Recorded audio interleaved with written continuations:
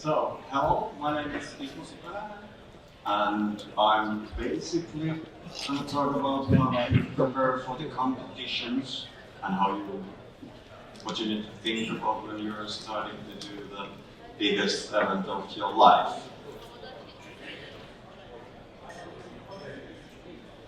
So, the competition itself, it's founded 87 as the first time, so almost 30 years, even more, and it's gonna go.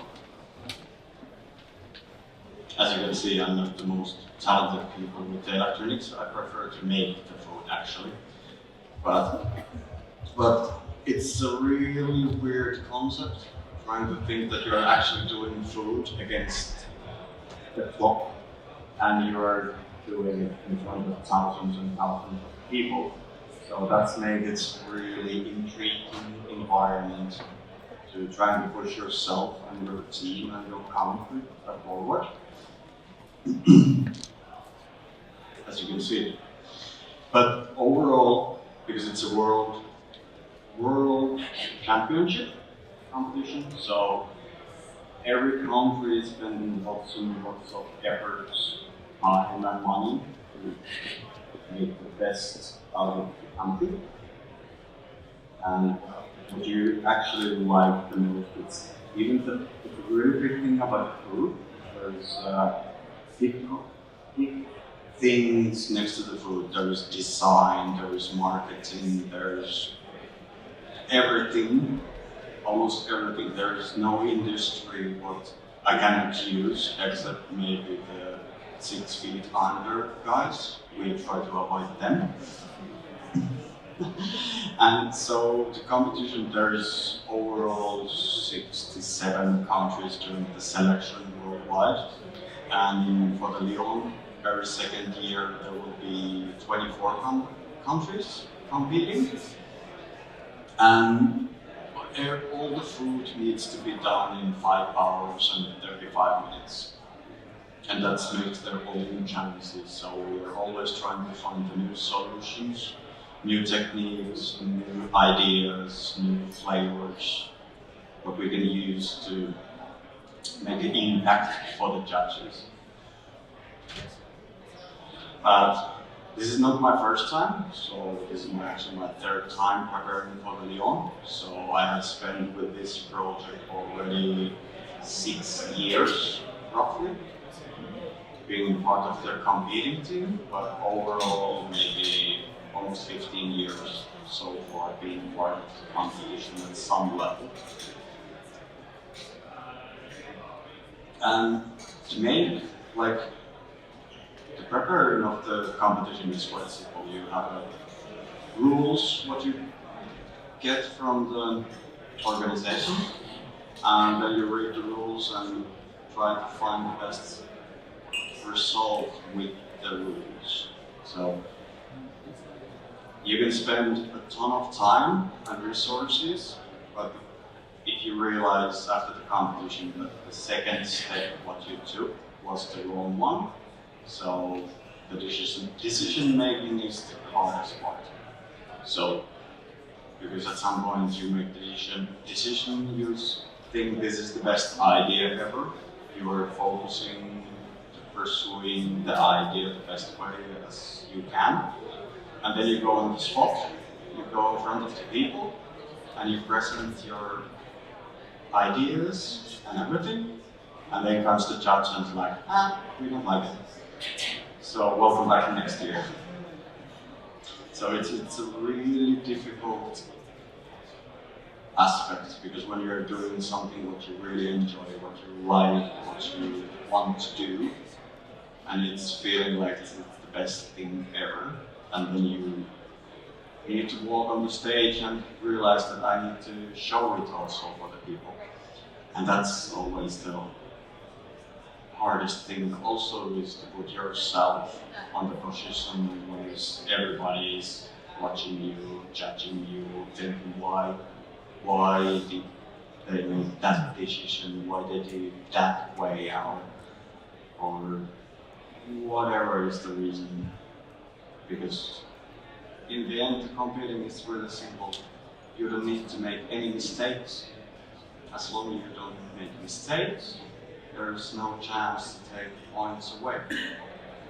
So, in the beginning of the competition, everybody is on the same level, but when the clock starts, then the points go away.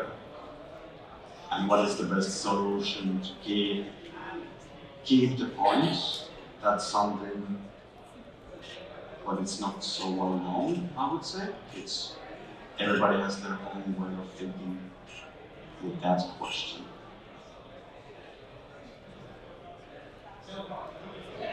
And the common question, like with everything where you're sacrificing your mental health, your physical health, your overall life to achieve something what hasn't been achieved. Like the best thing is when you have done what you want to do and you present everything what you put on it. That's the best moment of the competition. The 5 seconds after you have spent the 2 years to making it, there's the 5 seconds of happiness, and after that comes the, should I have done something differently? Because you relieve with the stress. And when the stress is going away, you actually start to see things again.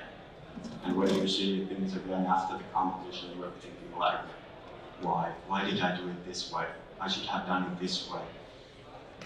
And after the competition is the worst part, is rethinking too much. You just need to find what you need to do to improve, not the thing, what should I have done? Because that's the biggest mistake when you are trying to go forward. If you are doing it again and again and again until you achieve your dreams.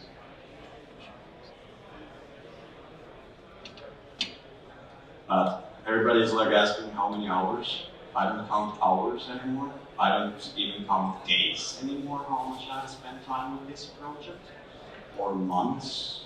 I'm starting to count on decades almost, so I have for my first decade at the moment. But like competing and preparing the competing, it's like either you like it or you enjoy it, you want to challenge yourself, or you just realize that I like smoked fish next to the summer cottage, or gather the potatoes from the ground, and that's the best thing what you can have. That is, but it's really difficult to do in the competition. I can talk for whole days about this, but then I'm a little bit stressed because I should be in the kitchen at the moment because we get the new task on last Friday, so I'm not maybe on my best thinking of this situation compared to what I'm thinking to do with the new ingredients what we got on Friday. So, and then this is like one of those things like talking for the big crowd about the competition. It's really hard with words around the competition itself because it's still, for some people it's still just food, and for some of the people it's just more than food. But I can guarantee definitely if people have time on January 26th, 27th, you should check the Instagram with the Bocuse store. You will see what everybody's doing, and you see that whole globe is doing food in one big area. And everybody is coming together because of the good food.